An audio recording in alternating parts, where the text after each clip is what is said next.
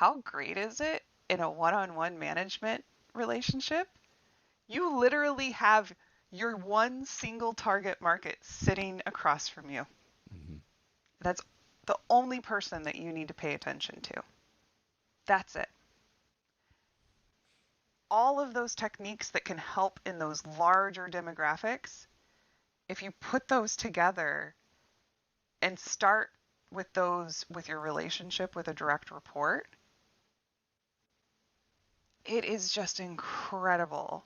The connection, the growth, the quickness through tough times, it just flows so much better because if you know what to expect, both sides, if you know what to expect, you know what you're responsible for, you know what to do when something's going well or when something's not going well, Mm-hmm. you have just removed a very large percentage of Mm-hmm. stress and anxiety and wondering and selfishness out of the equation.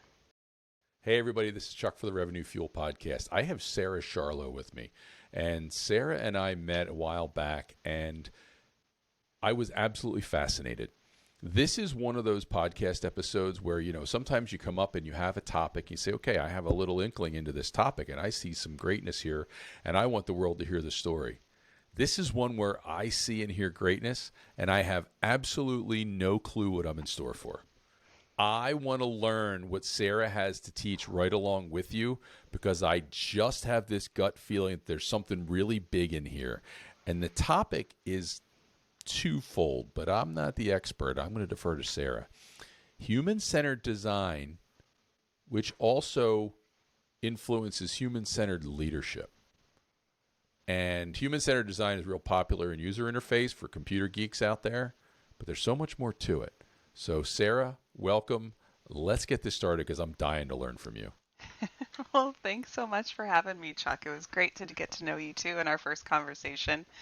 And it's always wonderful when you can meet anybody who also wants to geek out with you on a Yeah. topic that you care about. Mm-hmm. Whatever it is, when Yep. any two people come together and are like, "Oh, you want to hear more? I got Yes. more." Yes. Well, I think the cool part is the geeking out is really easy, especially in the business world, because it's like, Yeah. is there some way that I, as someone who is not schooled in that which you were an expert, can take some part of it and learn something that I can actually put into action to make myself or someone else better? And Yeah. and when you do that, that creates genuine interest, and ultimately that's what it's about, right? I can learn for learning's sake, but ultimately you want to put it into action. Otherwise, the brain just fills up, leaks out your ears, and explodes, and you just know nothing and do nothing. So this is definitely one of those ones where I think people are going to want to try and put something into action, and it's not a topic we hear much. Yeah, it's for me, even in my industry, I believe that it's a topic that, like you said, in the UX world, UI world, it's talked about a lot Mm-hmm. because there's definitely that human interaction with your interface of whatever product Mm-hmm. or app or website that you have. I think that's where most people, popularity wise, Mm-hmm. heard of this term. Mm-hmm. I will even say, even though I have a background and a degree in communication design, which I'll touch on in a second here, even though my background is in that world, it was something that I was doing and I was trained to do, but not necessarily told this is the definition of what you're doing. Mm-hmm. And so for me, in the last several years, being able to put a definition to the thing that it is that I do, one, definitely made me feel more confident in what I was doing, and then finding then studies and research that to back up the methods that for me and my education were formed through the process of design Mm-hmm. can actually be applied to everything that any human touches. That really is the one thing that combines us all. And again, like I said, for communication design, it's a degree that I'm finding isn't uh, in a lot of places. Mm-hmm. Most universities say graphic design, Mm-hmm. or you're in communications, which is PR. Mm-hmm. this degree is actually hyper focused on communication design with the fixation of the user, the end Mm-hmm. user being that guiding light that you are making whatever it is that you're making. Mm-hmm. So, yeah, it could be a product, or it could be, a website, or it could be some packaging for, a product, Mm-hmm. in-store display, and it could be any number of things. It could be all of those things centered around a product launch, for example. Mm-hmm. But when you're going through that process as a designer, you're constantly putting that end user, that customer first. And that takes so much work behind the scenes.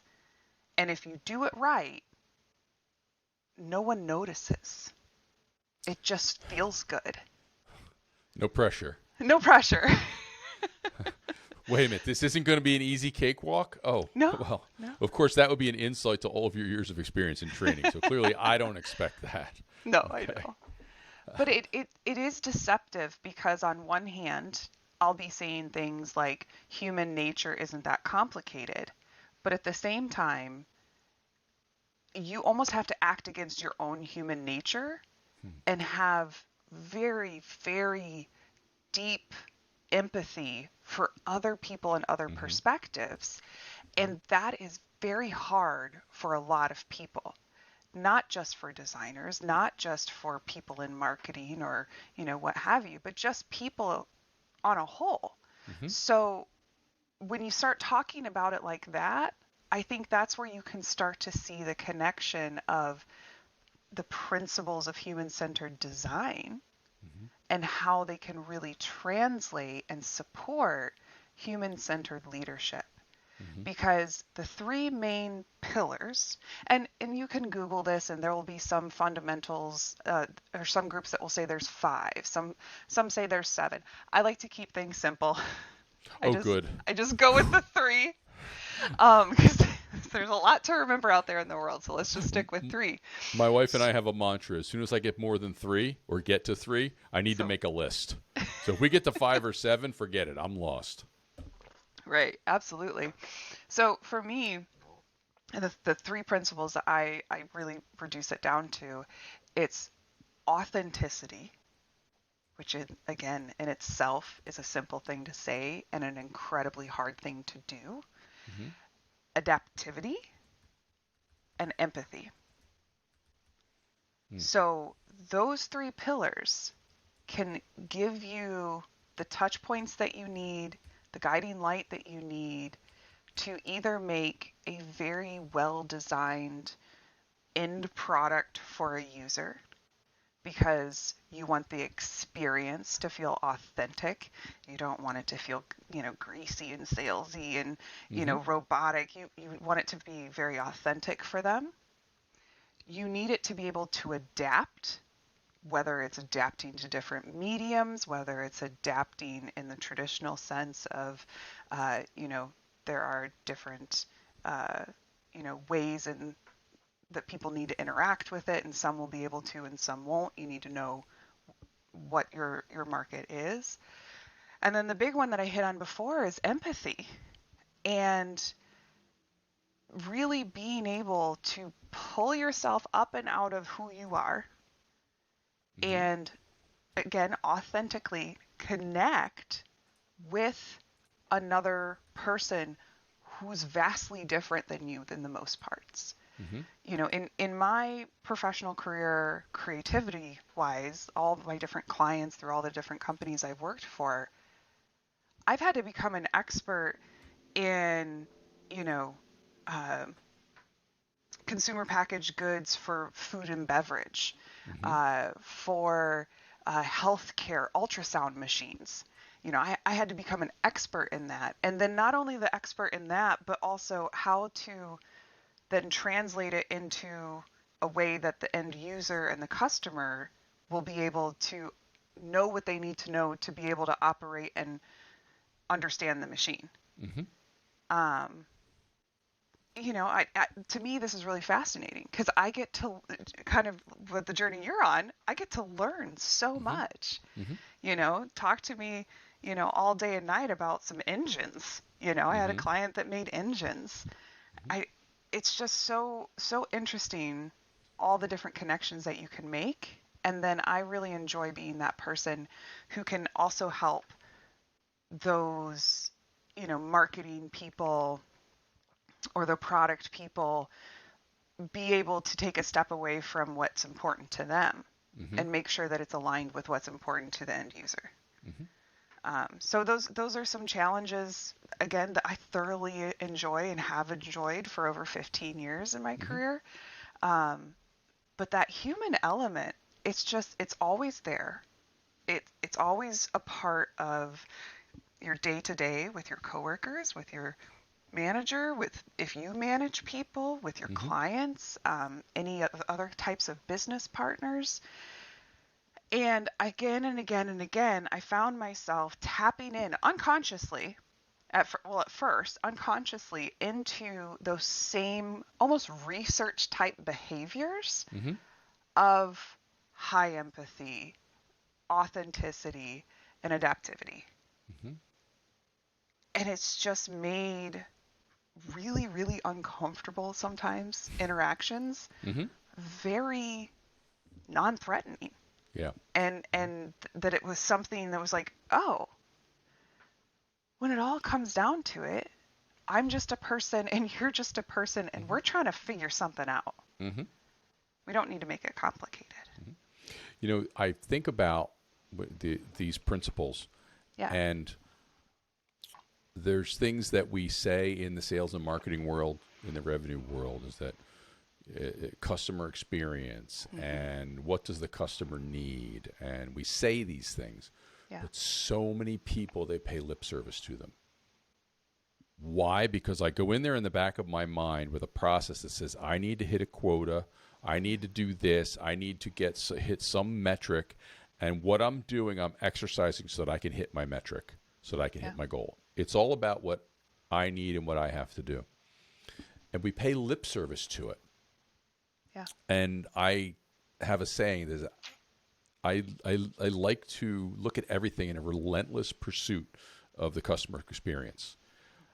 What I think doesn't matter in this Zoom world today, right? So much. I grew up in my business life shaking hands for real, in Yeah. real life, IRL.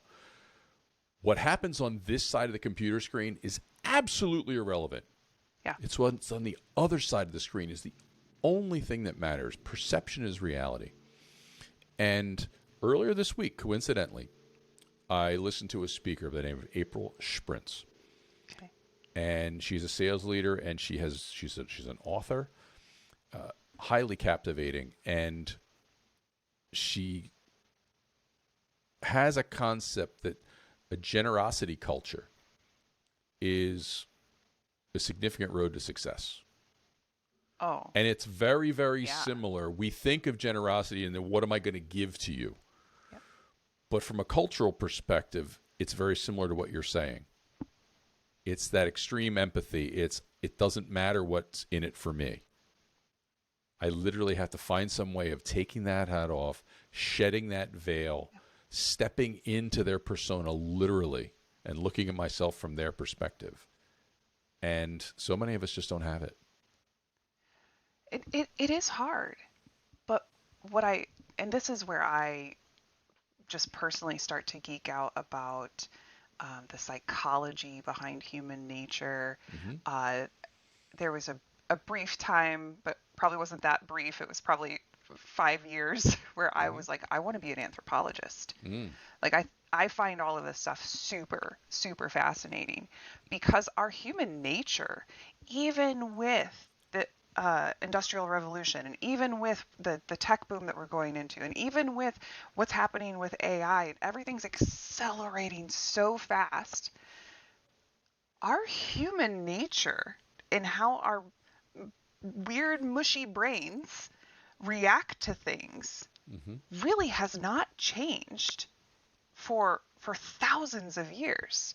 Now, the item or the input itself has changed, but you can really boil down a lot of human nature to what it was 1,000 years ago. So even in your example earlier about, you know, the customer experience, and it's that person. It's like, well, I'm after these KPIs and I'm focused on that. They're doing what humans do. We Mm-hmm. are always concerned about us. And what does the thing that we just heard mean to me? And what does that person, what can they give me? It's a survival instinct. It's Mm-hmm. not Yes, for sure. something malicious or Mm-hmm. anything like that. I remember when I was a little girl, my mom was in Mary Kay, and I think she told this to me when I was 7 or so, and it stuck with me forever. I moved around a lot, so I was always being the new kid meeting people, and she told Mm-hmm. me, she's like, I learned this at a Mary Kay seminar. The number one favorite topic of anyone you will ever meet is themselves. So the easiest thing to do, even though you are scared and shaking in your little 7-year-old boots Mm-hmm. going to a new school, Mm-hmm. just go and ask someone about themselves. Mm-hmm. And it's 100% right. And I will say that approach, which I'm sure can be used maliciously by other people, there is always that part of human nature. But for Of course. me, it's unlocked this insatiable curiosity Mm-hmm. about people, their background, their experiences, you know, what not again, here I go. What can I learn from them? That's Mm-hmm. still a me. I'm being selfish, but to your point of that other Yes, I individual you am. were talking to, yeah. By the way, yes, I am. but but also, how can I help them? Right. That is just such a beautiful way Mm-hmm. to think about it. Mm-hmm. And I think some of the most dynamic interactions and relationships that I've had, personal and professional, is when you get a balance between two curious and interested people, not only looking to see what they can learn from that other person, but what they might be able to do to help them. Mm-hmm. That's amazing. You just gave me insight into something that I've been doing in this very podcast. I did it in this episode already, and Okay. I don't think I understood and could put the words to it. One of the things that I don't like to do is I don't like to do the big introduction. Sarah, why don't you tell me about yourself? Yeah. You notice that was missing. Why don't Be- you like to do it? because I think that the audience, they came here, they chose to listen for something. You have credibility. I'm saying that there's an inferred or an implied credibility that says, okay, if someone has a connection with me and I think Sarah is worthwhile, then she has credibility. Why are we going to bore them? They came here for the meat of the Yeah, discussion. And if they love what you have to say, they're going to go find you. that's true. So why are we wasting the time? It's not that Sarah's background is a waste of time. Clearly it's not. It's I'm trying to sit in their seat, the other side of the camera, and what do they want? They're like, let's get with it, man. Let's go. Let's get Right. started. I got stuff to do. I'm squeezing this in before I make dinner. Yeah. Okay? And but I don't think I understood why.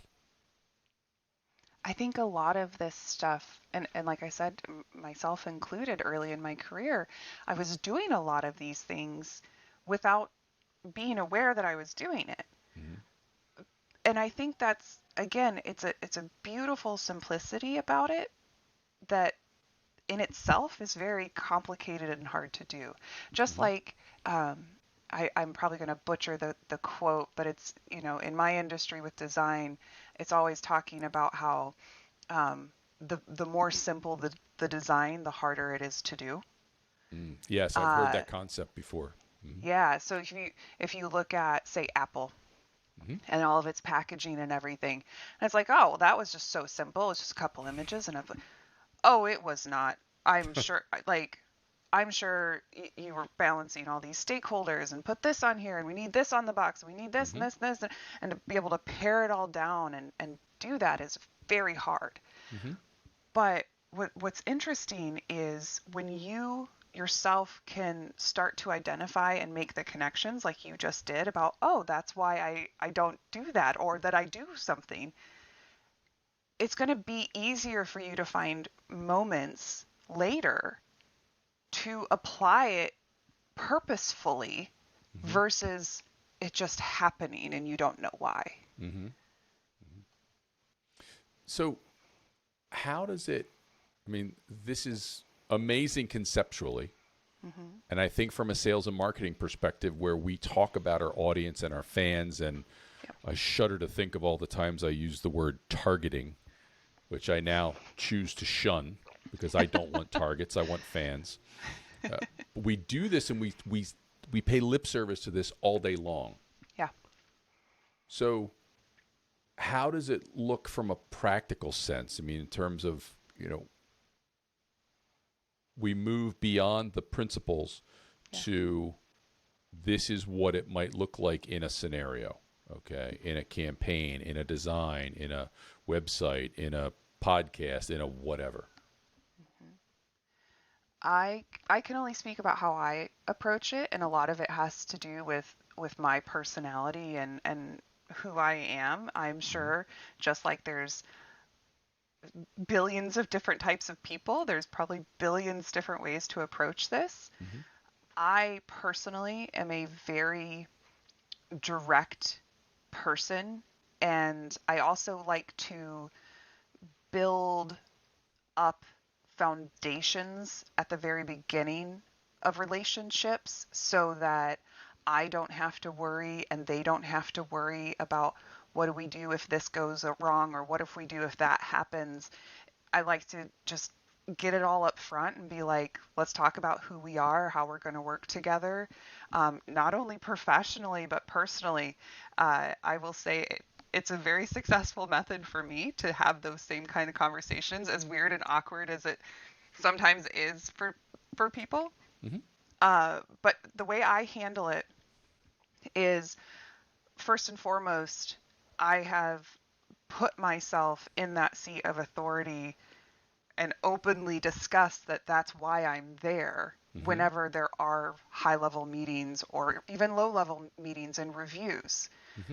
That it's clearly stated it is my goal to make sure that we don't forget the main objective, which is the end user and what this means to them in the context of their world and their reality. Mm-hmm. Because you know, even if you aren't just plain lip service, if you really believe it, even still, if that's not your main focus and you have a huge list of other things that you've got to do, Mm-hmm. that's going to fall off real Mm-hmm. fast. So you almost need to have somebody like me who their main objective is that end user. And quite frankly, and I use this language with my friends and professional interactions, it's my job to be kind of annoying about it. Because I would rather be kind of annoying about it instead of something getting out to market and it flopping. Mm. Well, I've And got this because I'm annoying as hell. Just ask my wife. I've got this down. but it's know your strengths, know your own personality. I Yeah. mean, seriously, like, Right. I mean, Right. self-awareness is a whole nother topic that you've got to be able to have that mostly checked off Mm-hmm. before you can really operate in this type of arena. But once you know who you are and you can talk openly about who you are and how your brain works and what you're there for and all of those things, pick whatever method works for you. Mm-hmm.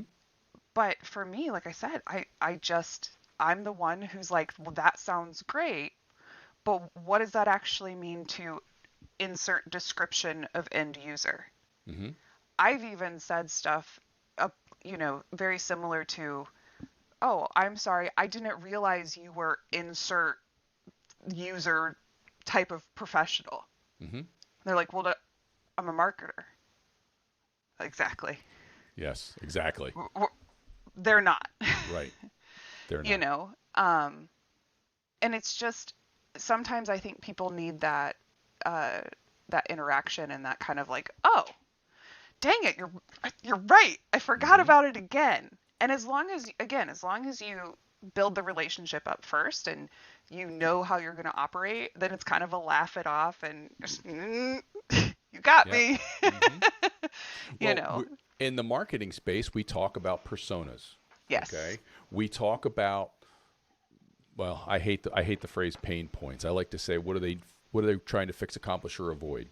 Yeah. We talk about all of these things, but it takes a certain subject matter expertise to really be able to have that empathy and put yourself into their shoes. Yeah. And so when you have a new marketer or a new salesperson who comes in without the experience, then they simply aren't going to have that empathy in any way, shape, or form. It's not for lack of desire. Oh, Oh, they may want to. absolutely. And They're they're just not capable yet. probably, well, I think the way I look at it is they have the capacity and the ability, Yes. and most of the time they're doing it. It's just not directed hmm at the right target market or persona or whatever. Because again, when you think about human nature, you try to make like connections between what's in front of you and what you know. hmm And so they're just trying to do that. And until you can either be that person in the room to help them and go, oh, no, no, put your empathy this way. This is who you should be focusing on, you hmm know. Um, they don't know how to direct it.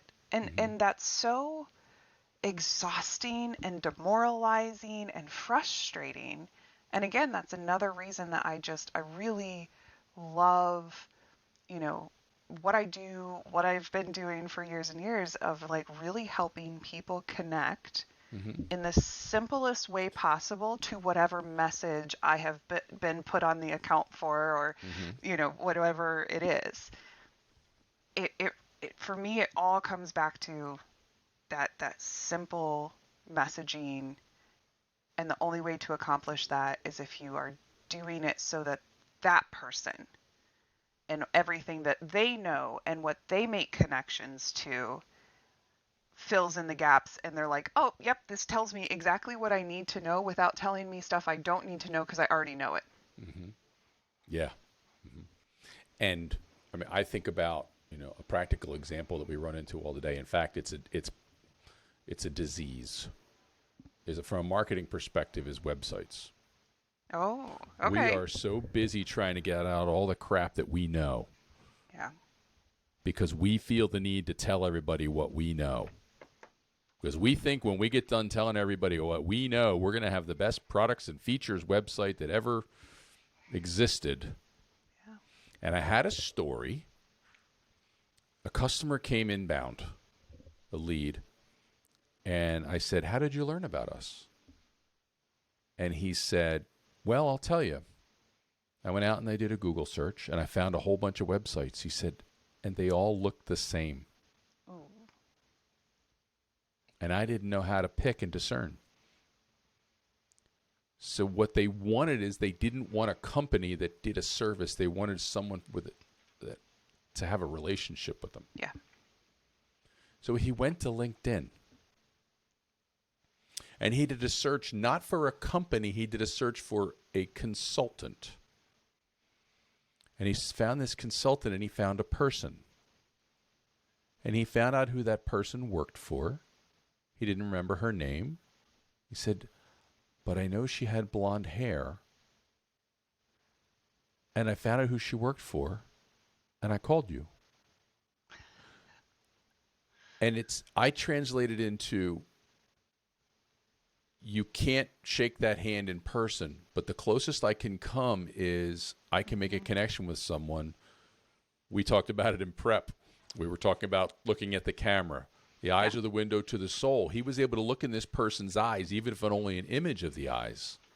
Okay. And it's a greater connection than he had with the other people on LinkedIn and certainly all the websites.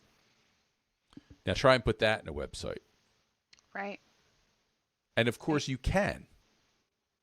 But it's Okay. hard to How do you do, isn't it? recreate that? You can put that into a website. Okay. By helping people to make a connection with your people, Hmm. not your service or your product. And if they Yeah. believe in you, then they may be more willing to take the next step. So This No, stuff is all around us, Sarah, apparently. that's a fantastic story, and it's so interesting again that how so all of these things can be tied back to, you know, the basic need that humans have to connect. Yes. And and how interesting I think it is how Hmm. it ebbs and flows and goes back and forth um, with certain topics. So I guest critique my alumni's or alma mater's senior thesis projects. So I went to a university called Milwaukee Institute of Art and Design, Hmm. and every spring I will now jump on a call and the students present, you know, where they're at with their thesis, and some of the ideas coming out of there are just so fantastic and so beyond just I made a website or I made a thing. Hmm. It's not just tactics, it's they're really thinking. Some of them are creating full-blown businesses. It's Hmm. incredible. um, but there was an individual who I enjoyed myself thoroughly. I had a good chuckle hearing somebody who, you know, is a college senior talking about how nobody likes emails because you just get them all the time and they're Hmm. so impersonal Hmm. that they wanted to bring back letter writing. Ooh. They wanted to bring back letter writing in a subscription based box where you get premium paper and premium pens. And, you know, we were talking in the critique about how cool would it be if you could gift the other subscription to your friend so that you both get the same box and then you can exchange letters. And it was so just amazing hearing this person talk about, you know, the delayed gratification of a Hmm. personalized handwritten letter. And I was just like, I remember when everyone was like, I'm tired of mail. I want, you know, this cool thing, and I want the email saying you got mail, and how everyone was so excited about it. Hmm. And now it's going Hmm. back. The tactic changed. The intention behind the connection did not. Hmm. What people are always looking for is an authentic Hmm. experience. Hmm. Now, that authentic experience at one point was letter writing. Hmm. And then junk mail happened. And so the only way, not the only way, but then the growing way to get that authentic communication was through your new email address that only your friends and family had. Hmm. And then junk mail came. Oh, And now you're just like, can someone write me a letter? yeah. Yeah. Well, and that is that app. That's sounds to me like this person has a, an intuition about the adaptivity principle, Yes. and that is again in sales and marketing because that's a lens through which I look. I'm also an Hmm. engineer, so I have a number of different lenses in this personas, if you will. We talk about the less crowded inbox Yeah. when you want to reach someone. Okay, you do a pattern interrupt. And one of the ways you do that is you go to a less crowded inbox. The one that's filled with junk mail is very, very crowded. But if I really think about my mail that I get, then it's very easy to sort through the junk mail. They've got windows in the envelope, okay? Great. Or they've got a bunch of flashy colors. But if I have the one that had a very nice stationery that's truly handwritten, I not was the going to say those have been sneaking in the fake handwritten ones. yeah, the fake handwritten font. Yeah. Yeah. Okay, AI before there was AI, right? It's an early version of AI without the computing, right? But you can tell them a mile away. Hell, Hmm. the one that if it was addressed in crayon because it came from my nephew, it'd stick out like a sore thumb, Yeah. and that one's going to come right to the top, Yep. right? And that's that adaptivity. Yep. right? You instinctively know that I need to adapt and overcome, and so you do something different. Yeah. And but again, you said earlier on, it's kind of all around us and it's super simple, but for us to think about it in the terms that you do, that's the difficult part for us. Hmm. And then because once we hear the principles, how do we then apply the principles to what we do? And for me, I have to make connections. So throughout this, it's I make a connection to this story. I make a connection to this example. And I think everybody needs to do that. That's learning, right? Oh, they That's do. our Yeah. neurons connecting together to create, Hmm. higher patterns, higher lessons. And so that's an example of adaptivity to me that I can then go out and put into practice based on something that I already understand, but that you're helping me to understand in a different way. So, hmm. Yeah. No, that's really cool. Especially with, the examples of, being able to go through and there's so many ways that, again, just that junk mail example was so great because it's like, did you know that you were filtering them down? That has a window that has a loud thing. No, you knew because you had experienced it You just before do and it. your brain already was like, nope, Hmm. don't want that. Hmm. And that's why people have such, uh, you know, positive or negative interactions with brands or products. And they might not know why. They just know that their brain is telling them that doesn't feel right. Hmm. So, professionally as a designer with this communication background and human centered focus background, it's my job, again, to make the experience authentic. Hmm. And for me, one of my biggest pet peeves, and I love, getting on my soapbox during those thesis reviews about this, is don't chase the tactic first. Don't tell me, well, I made a website, blah, blah, blah. Why did you make a website? Is that what this idea really needed? Hmm. Or, well, they taught us this type of website last semester. I was like, oh, is that why I see 7 of them Hmm. and 6 of them don't need it? Hmm. It's really easy to get caught up in those things. And it's not me saying don't learn those things. Hmm. I don't want people to be afraid of those things. But you have to always have your guiding light be the human centered principles. And then through that experience, then you leverage all of the different tactics and applications that are the right combination for that particular thing. The next one, it might be another combination of those things.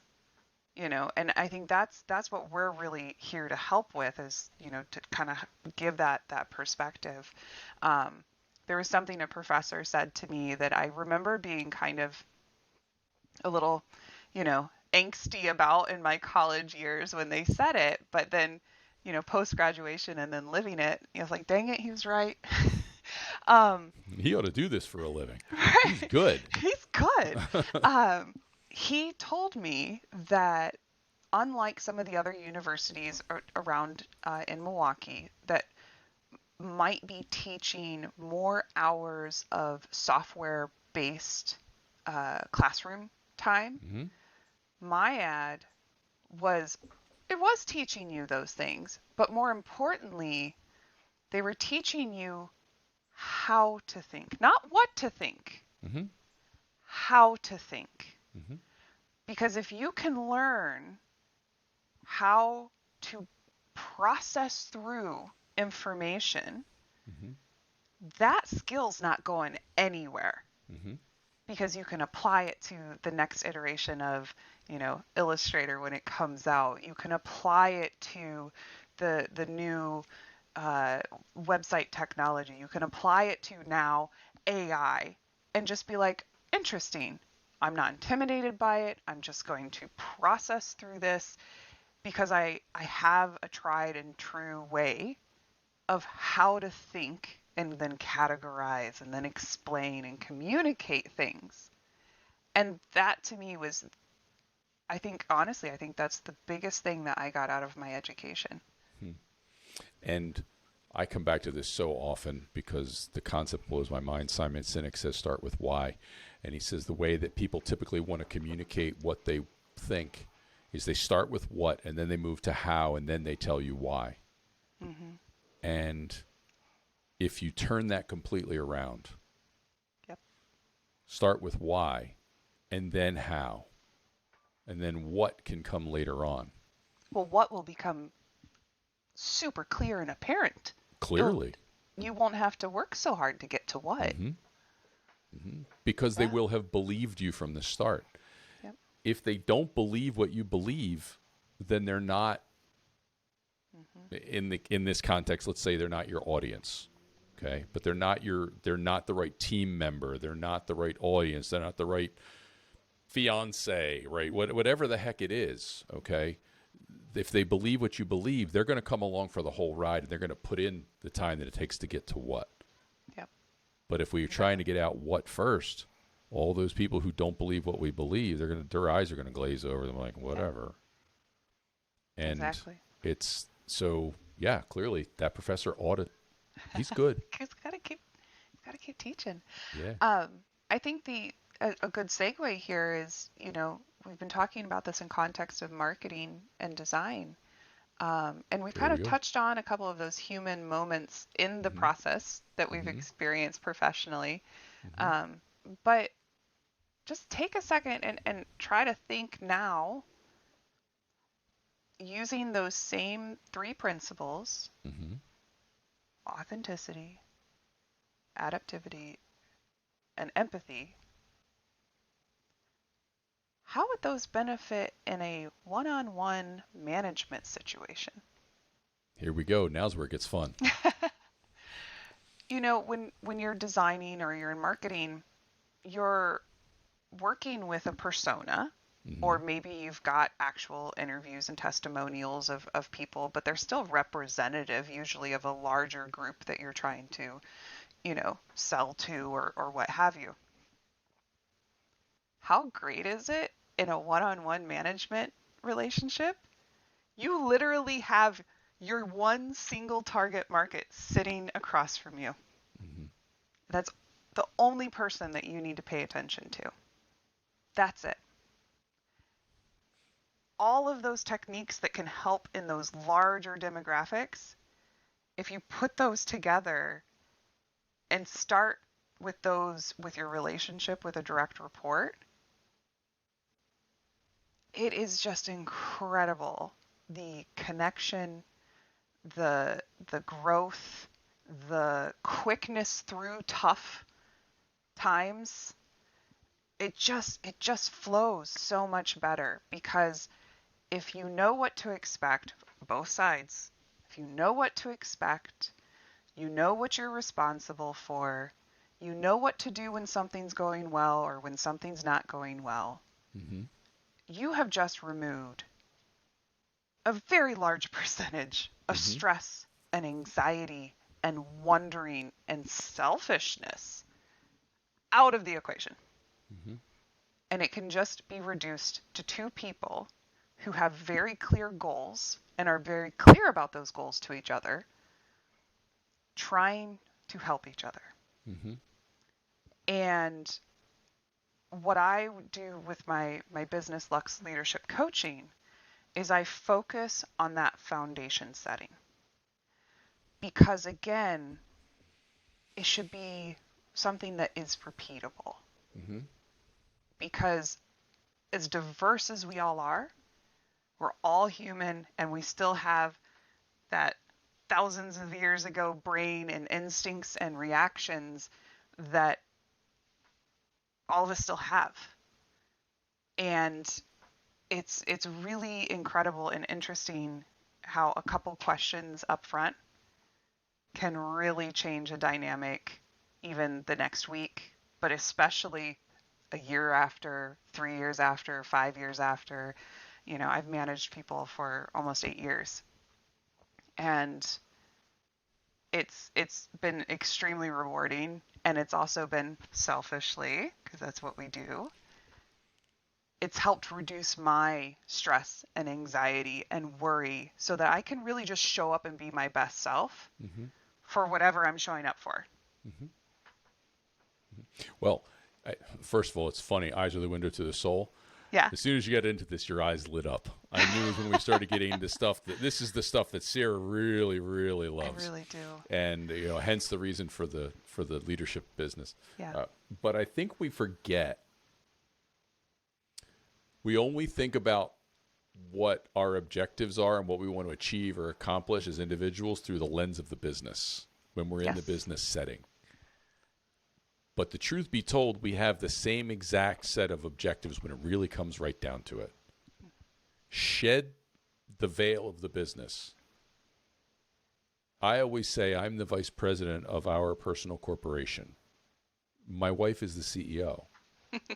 It doesn't matter how I get there. It doesn't matter ultimately how I do it. I can work for someone else. I can have my own business. I can be a manager. I can be a non-manager. I can be Yeah. a CEO. I can be whatever. Ultimately, what I'm after is this set of objectives that I have. That is, I've got a wife and a son who are downstairs. And as long as I can provide for them and make sure the three of us are as happy as I can make them truly happy, Yeah. well, that's my objective. And who doesn't have that objective? Some people have one son, some have one daughter, some Right. may not have a wife, some may have a girlfriend, some may have 10 kids, some might be on their third wife. Whatever the heck it is, it's a different version of the exact same set of goals. Yeah. And if we can shed everything else, remember, that's what we're really trying to get to. And if Right. I help you get there, then maybe if I'm lucky, you'll take me along for the ride. Yeah. Well, and I think I would add just one thing to that, because I think that that does really summarize it. Everyone's got that base goal, whatever it Mm-hmm. is. It's some sort of improvement or security, to be Mm-hmm. frank, whether it's for themselves and a family or just themselves. Um, the thing I would tack on that then kind of ties it to business, whether it's their own or they're employed, is to do it in the simplest way possible without a bunch of stress and anxiety and worry. Like, and that is completely um, different for different people. Some people have higher thresholds for stress. So what might seem very stressful to me is a walk in the park for you. Or what might seem really easy to me is the thing that you've lost sleep over. And where I really have, to your point, found my passion and really identified it is because of all of my work and dedication in these human-centered principles for design, this management thing, Mm-hmm.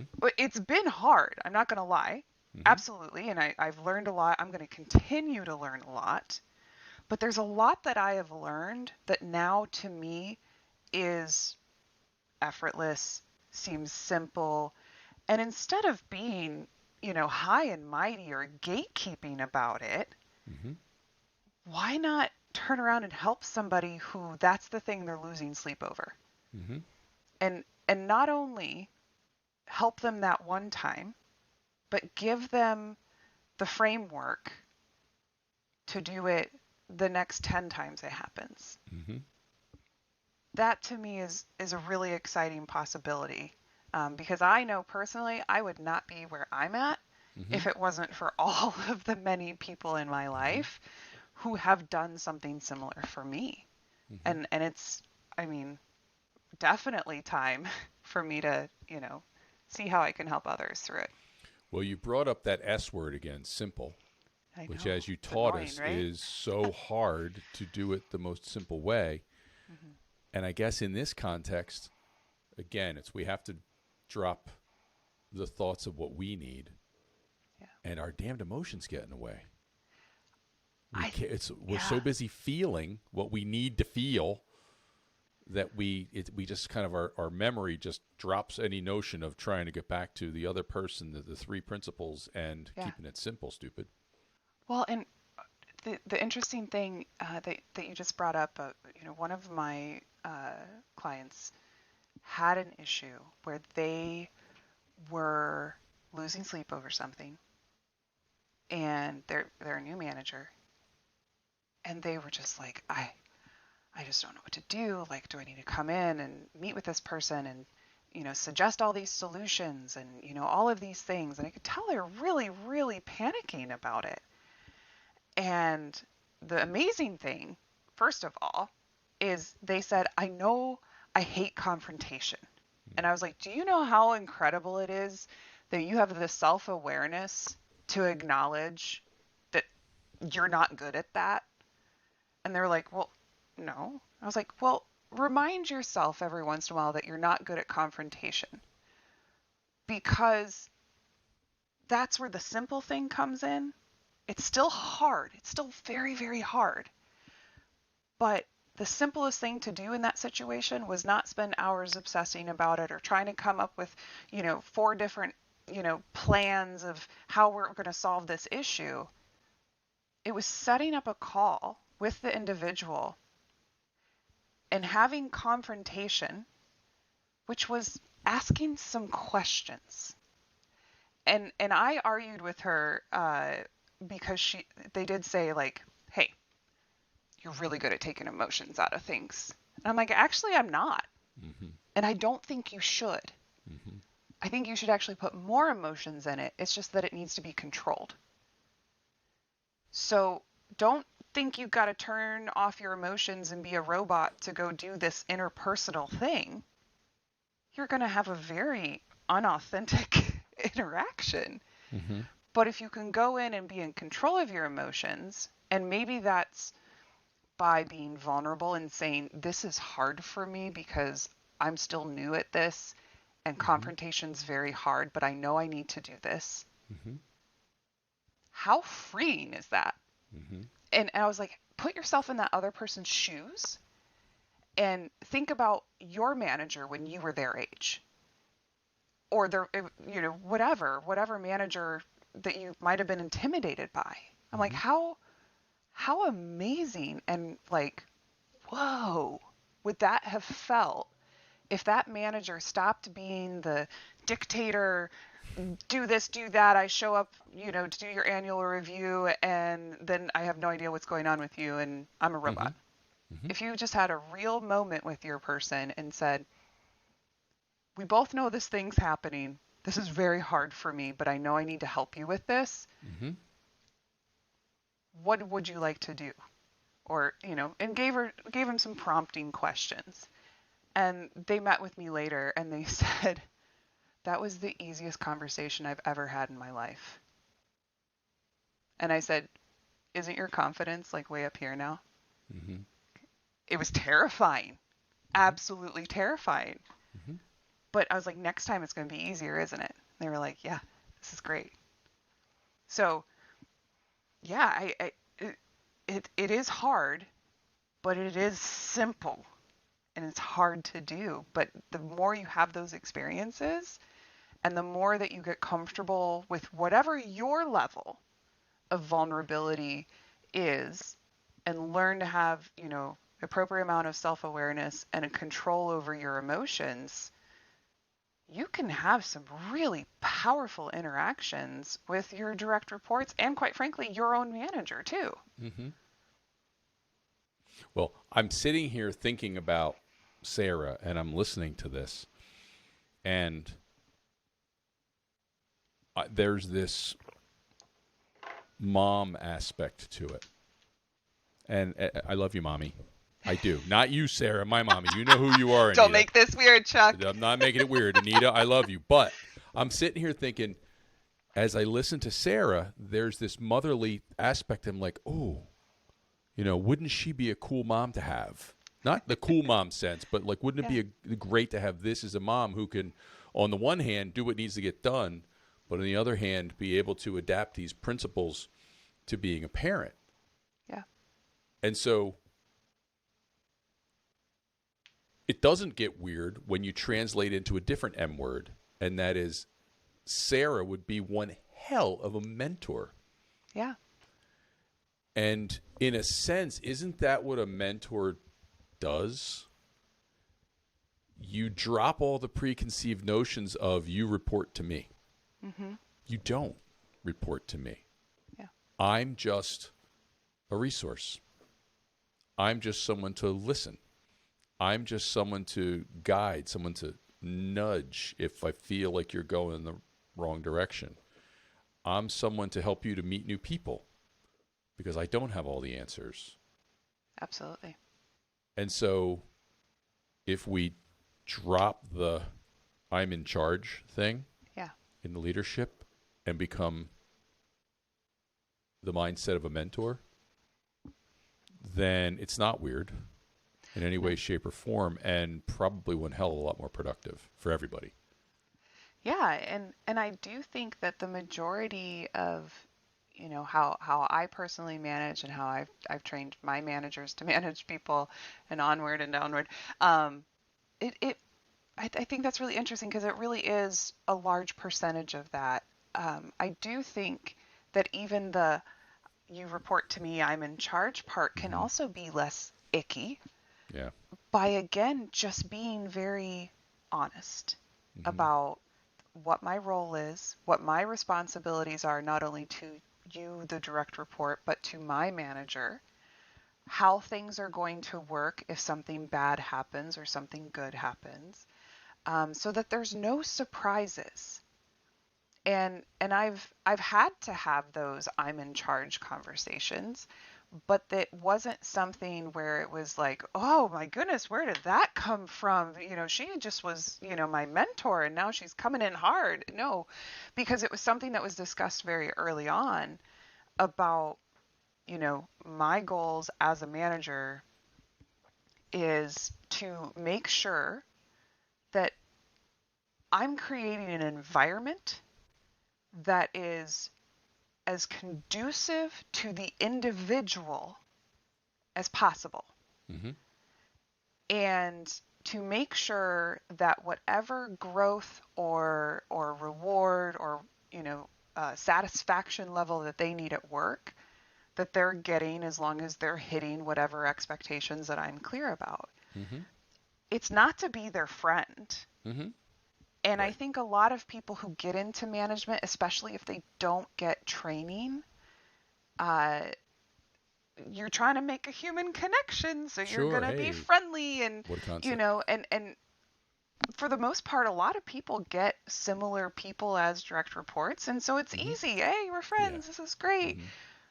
Oh, but when that person does something wrong, and now you've got to surprise them out of left field with "I'm in charge, Mm. manager," instead of "I'm your friend." Mm-hmm. Oh, that's bad. Yeah. Oh, that's real bad. Yeah. Yeah. Well, there's you still have to walk the line, Yeah, right? And it's suitable. You're suiting it to the individual, but not the way that goes in the direction of anarchy, right, right? right. That's when you capitulate to the individual in toto, you end up with anarchy. Hmm. But in a culture, in a world, particularly in business, where conformity is the expectation, having that healthy suitability to the individual can make it a far more enjoyable and productive culture, honestly. Yes, It's not 100% conformity, it's not yes. 100% anarchy. It's this it's Well, this productive and assertive focused on application of results. three, right, based on results Yeah, and understanding, right. mutual understanding. And that is but it does have a sense of individuality and a sense of conformity because you don't want the discomfort Right. when it comes time. Exactly. And the the customized portion of my program, one really good example that I like to talk about is what some people might think is kind of a silly question. Why do I need to ask that? Mm-hmm. Is the two of these questions. First one is how do you like to receive positive feedback? Second question is how do you like to receive constructive feedback? I think it's a little bit more apparent why you asked the second question, Clearly. But the first question, people are like, what's the big deal? Why do I need to ask that? Well, I can tell you, I sure didn't ask that when I started being a manager, and I made one of my direct reports so extremely uncomfortable because here it was out in the open. I was talking about how amazing they were in a team setting, Mm-hmm. thinking, isn't this great?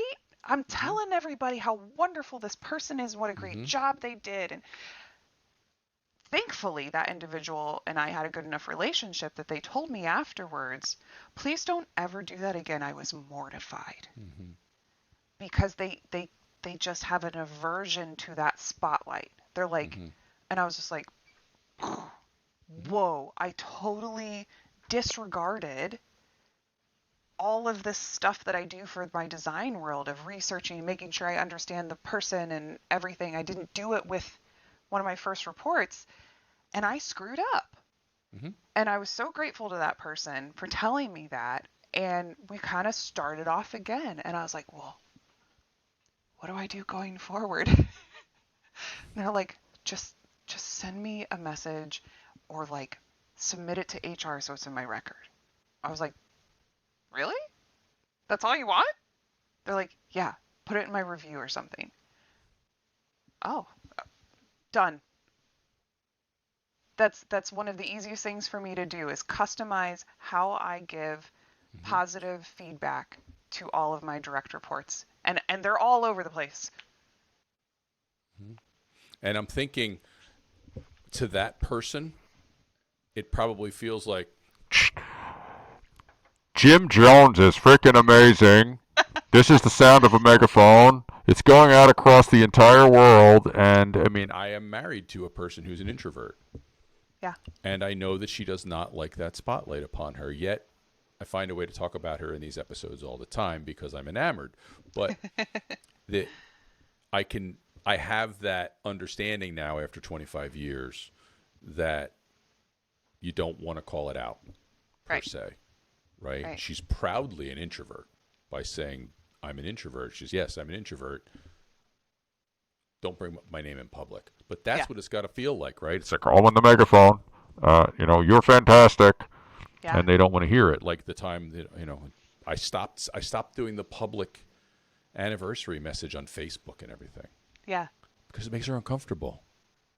She Well, doesn't want and the attention. So now I do it my way or her way, right. right? Well, and on the flip side, you know, for your wife or for, that direct report, even though it didn't really take me as a manager or you as her husband that much effort to change how to still do the same thing, aka give positive feedback or recognize an Mm-hmm. anniversary, you just changed how you did it. It didn't Mm-hmm. take more time. Mm-hmm. Most of the time it takes less time, to be honest. Agreed. But for them, you just made it so much more special. Not only the thing that you're recognizing, but the relationship that you have with that person. Because you know what? That person feels heard. And that is a very powerful, complex emotion that any human that at least I've ever interacted with, they want to feel heard. Mm-hmm. Whether it's you remembered a story that they said, or you changed how you did something once they said something, or you acknowledge that something they said, you applied later on. I don't know of a single person who'd be like, ew, why'd you do that? Mm-hmm. Everyone's going to be like, oh, wow, thank Mm-hmm. you. Mm-hmm. It feels Well, good. in our in we teach martial arts, and Okay. one of the things that we have certain rules that we teach, especially for the young ones, and the big word is respect. Yeah. The definition of respect, when you ask people, they tend to gravitate toward examples of what Hmm. respect are. But if you really listen to the definition that we have, it's treating others the way you would want to be treated. And if you flip that around, they want to be heard, okay? And when you, but they want to be heard the way they want to be heard. Yes.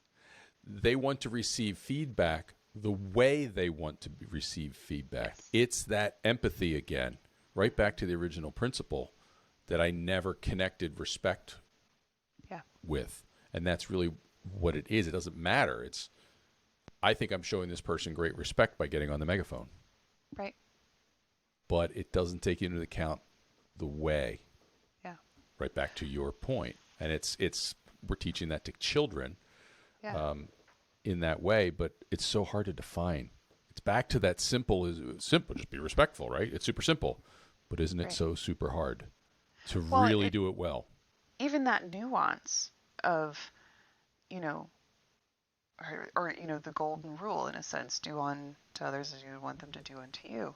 Mm-hmm. Well, again, as humans, we're going to look at that through the lens of how I want to be treated means that's how that person wants to be treated, and that is not what that means.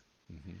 And one of the other great examples in management that I've helped coach people through is people who have different levels of drive.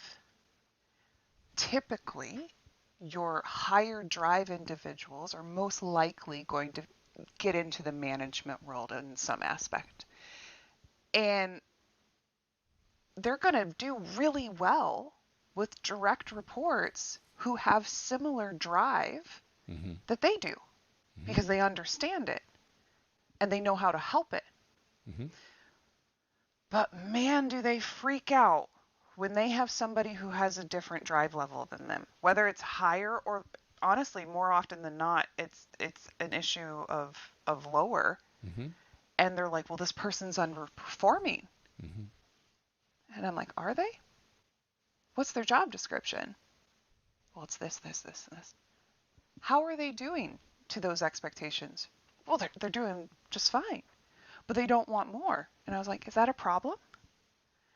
And that's why when the whole quiet quitting thing happened, I just had myself a good laugh because I've been talking to people about this for so long that Mm-hmm. there's nothing wrong with people who just want to excel at what they are currently doing. Mm-hmm.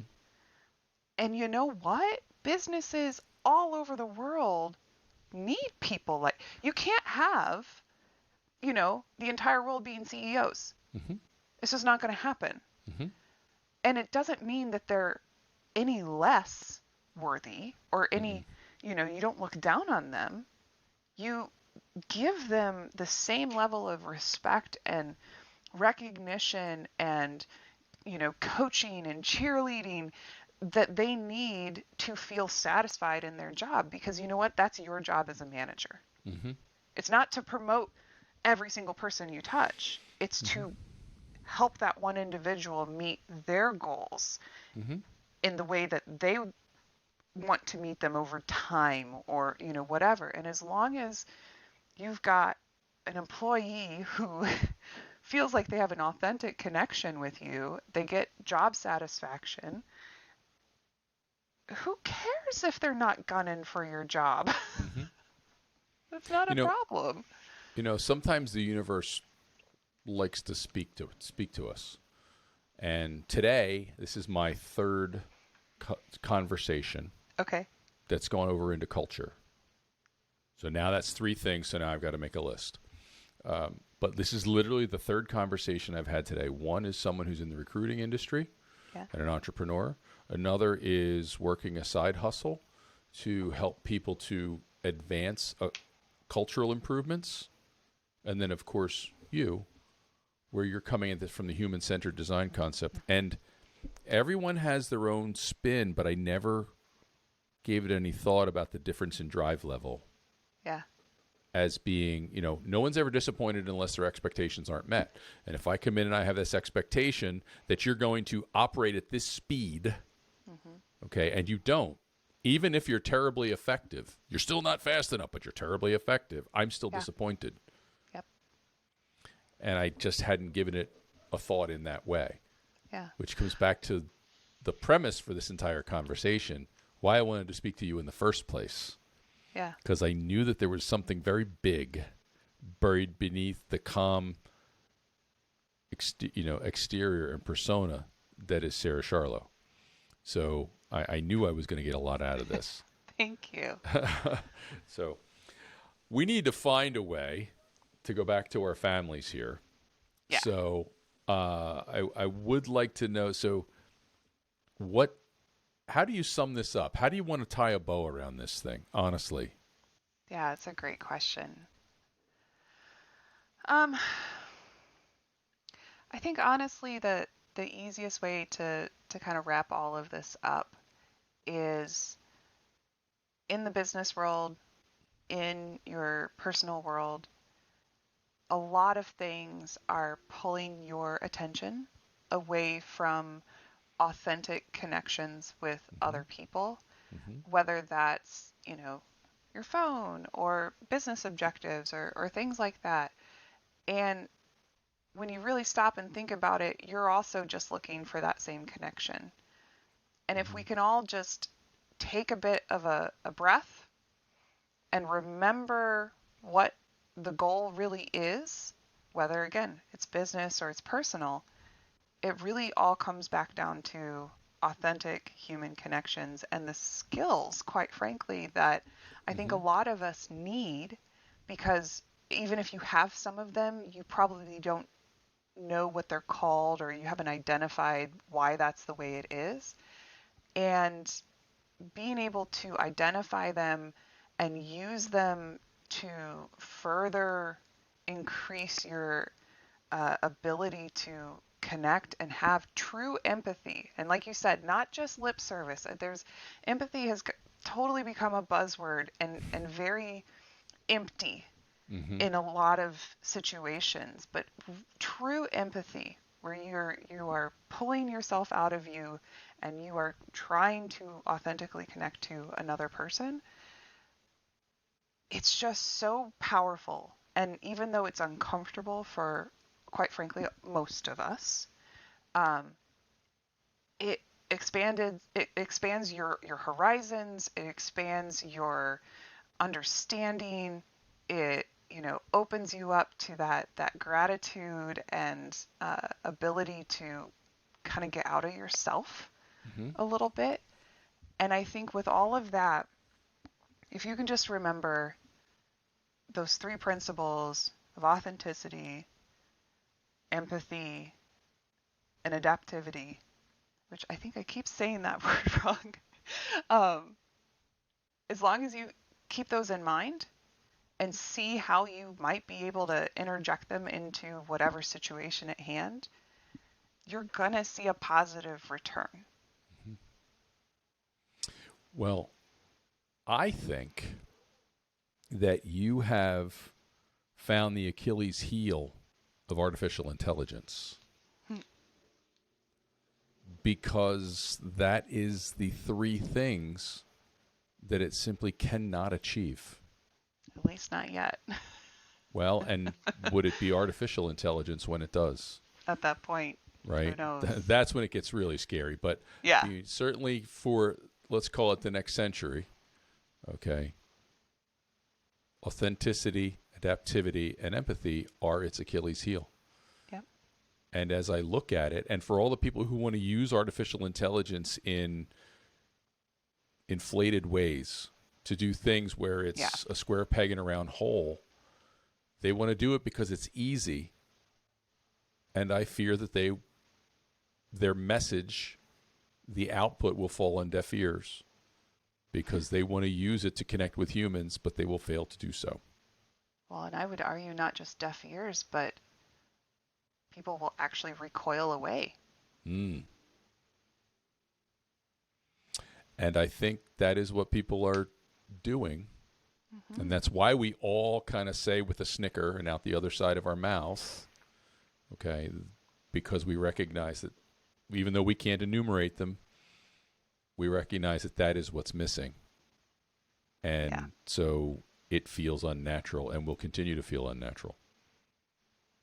So, wow.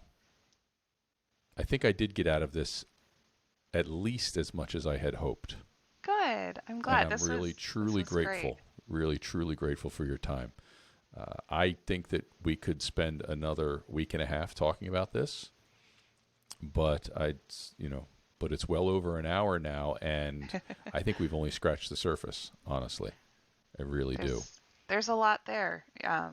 Again, even though it's simple, there's a lot to us as humans, and it's Yeah, fascinating. it is. It truly is. Well, thank you so much. I'm really grateful for your time. I'm grateful for the blooper. Let's not make this creepy, Chuck. That's great. I love bloopers, and and I'm grateful for you. And folks, you've got to meet this person. You Thank you. just do. You want to do so. Everything you need to know is in the show notes. Go find Sarah Charlo. And I promise, if you think that this was enjoyable, the personal connection you'll make will be that much better. Thank you so much. Thank you.